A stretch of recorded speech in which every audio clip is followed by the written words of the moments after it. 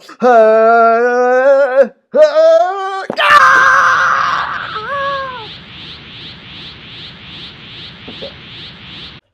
Wolf is the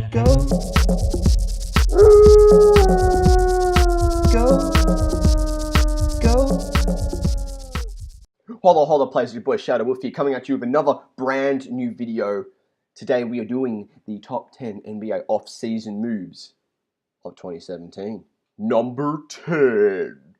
The Kings signed George Hill and Zach Randolph, and they get them pretty cheap as well. So the Kings have a really good draft after last year. They've lost a lot. They've lost Rudy Gay, DeMarcus Cousins. They've lost Aaron Aflalo.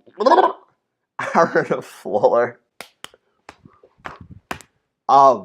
They've lost a lot, and they had a great draft, built on that momentum by signing two very good players that a lot of people know, so they get some excitement back in Sacramento, which is very important. Obviously, they're not going to contend in the West with that. I mean, they got Vince Carter as well for his last year of his career. But the main point is that there's a lot of excitement in Sacramento now, and the people will want to go to Sleep Train Arena and watch Kings games, which is what the Kings management wanted. So congratulations to them. Number 9. Dion Waiters signs with the Miami Heat, and they get him really cheap. Now, this is a really good move because Dion Waiters, they didn't get Gordon Hayward, obviously, the Miami Heat. That was a bummer. Okay, whatever. Dion Waiters has played very, very well last year. He's really emerged as a star. They got Kelly Olynyk as well. This Heat team's looking pretty nice. They should make the playoffs next year, and there should be some excitement down in South Beach. So I think this is a very good move. I think Dion Waiters will be emerging as one of the stars in the East. I think he's going to have another really good season this year, maybe even better. Number 8. Nuggets signed Paul Millsap. Now, Nuggets really needed to make a bit of a splash in this year's offseason if they wanted to even try to contend with the West. And Paul Millsap is a very, very good pickup. I can't wait to see him play alongside Jokic. Like, that's going to be crazy. Millsap and the Joker. Obviously, they still probably can't contend, but to get Millsap is a pretty big move. And what's even bigger is that he left the East making it even more less competitive. So that takes our number 8 spot. Number 7.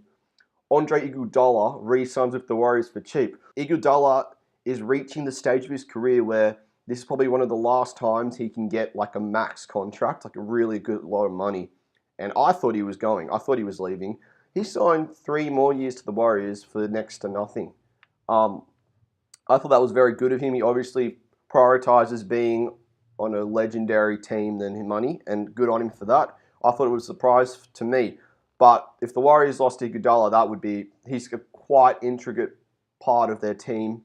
He's very good off the bench. He's really good at locking down a lot of great small forwards in the league. I think that would have been a huge piece to lose on that team, and that's a very big re-signing. Number 6.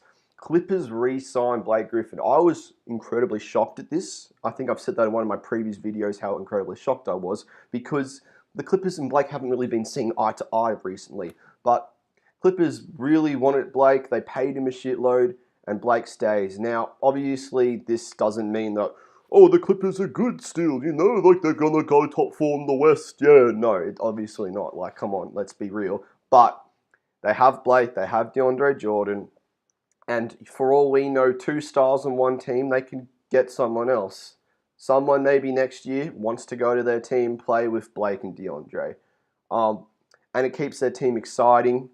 They'll still be the team in LA to watch, even though there'll be a lot of excitement in the Lakers this year. Signing Blake was a very important and great move by Clippers management. So I think that even though they overpaid for Blake, it's probably going to be a good move. Number 5. Celtics signed Gordon Hayward. And this was pretty predictable. Of course, if you're a West superstar and the West just gained all these other stars, the East is empty, you want to go to the number 1 seed team in the East and to be one of the stars on that team, you take it. Like, obviously, that doesn't surprise me at all. The surprising thing to me was what they lost because of him. Like, they moved down the draft, got Tatum. That's a really great 3rd pick. Like, no worries there. But why did they trade Avery Bradley? Like, I can imagine Boston fans being like, why? Everyone knows Avery Bradley is such a great defender. He's emerged as an amazing offensive player as well the past few years. I think the reason why they did this trade is they're really betting on the development of Marcus Smart. And I think it's a good move. I think Gordon Hayward will fit in very well with the Celtics. I don't think that there's going to be much of a problem there. They made a splash like they needed to, and good on them.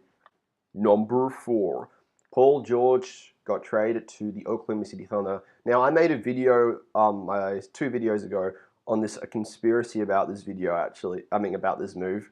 So if you want to see that, go have a look. It's pretty interesting. But the only reason why this isn't higher on the list, obviously Paul George was one of the best players that moved in free agency, is because he's got 1 year left in his contract. Westbrook has 1 year left on his contract. I think they're going to LA. I can't understand why they would stay in Oklahoma after that. Westbrook's very loyal to his fans, but no. But they get to have this experiment 1 year of how stuff could be. I think it's very exciting for the fans to have another dominant superstar back on Oklahoma City Thunder. 2 years ago, you'd say, oh yeah, Kevin Durant is going to the Warriors, and then Paul George is going to the Thunder. Yeah, I'd be like, oh, good one. But then again, crazy things have happened in the past couple of years. Good move, big move, that takes on number 4 spot. Number 3. The 76ers trade up to get Markelle Fultz. We knew that the Celtics were shopping their pick. That's not a surprise. There's not really any surprises here, I'm not going to lie. However, the 76ers get another first-round pick in Fultz. If Ben Simmons is healthy, Joel Embiid's healthy, and Fultz's ankles are fine, this season is going to be an incredible season in Philadelphia, and it just tops off a really good last 3 years. Like, no one would think that the Sixers would have such a great roster, but trust the process. I just wish Joel Embiid would shut his mouth about his 2K rating and his feuds with LeVar Ball. Like, it's just play a season, and then you can talk. Until you play a season and not 30 games, we'll be listening. Number 2, the Rockets trade for Chris Paul.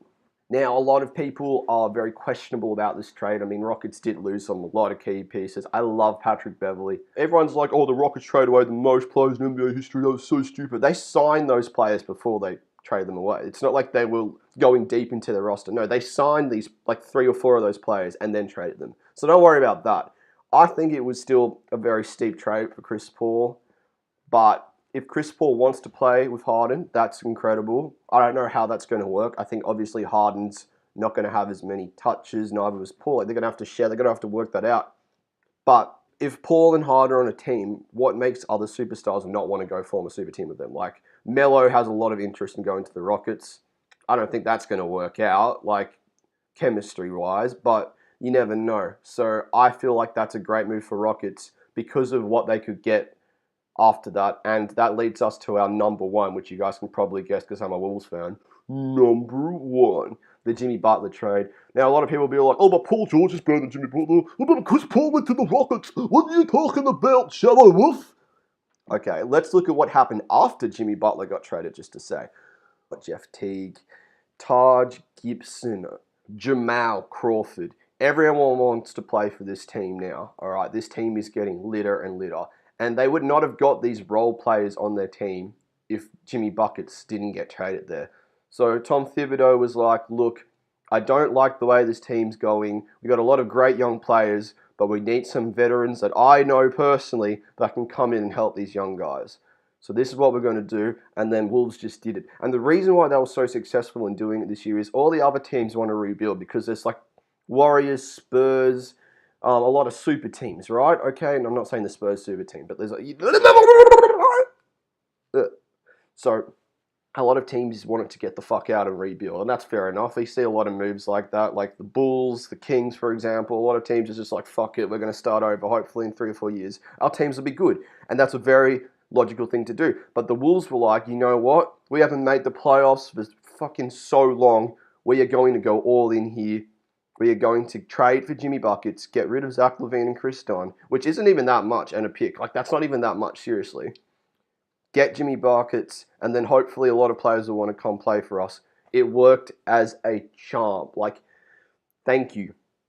That is my top 10 list of off-season moves. If you enjoyed this video, please let me know in the comments below. Also, I haven't uploaded a video in like 2 weeks, and I've gained from 250 subscribers to 300. That's unheard of. Thank you so much, guys. If you're new to the Wolf Pack, hope you enjoy your stay. Peace out, guys. This is Shadow Wolf.